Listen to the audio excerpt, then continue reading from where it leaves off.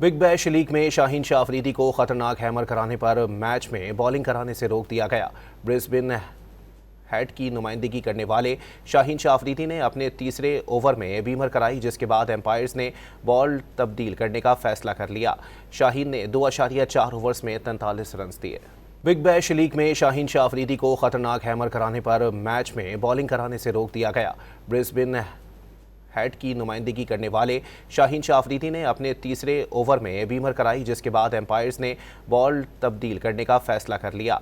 शाहीन ने 2.4 ओवर्स में 43 रन दिए। बिग बैश लीग में शाहीन शाह अफरीदी को खतरनाक हैमर कराने पर मैच में बॉलिंग कराने से रोक दिया गया। ब्रिस्बेन हेड की नुमाइंदगी करने वाले शाहीन शाह अफरीदी ने अपने तीसरे ओवर में बीमर कराई, जिसके बाद एम्पायर्स ने बॉल तब्दील करने का फैसला कर लिया। शाहीन ने 2.4 ओवर्स में 43 रन दिए।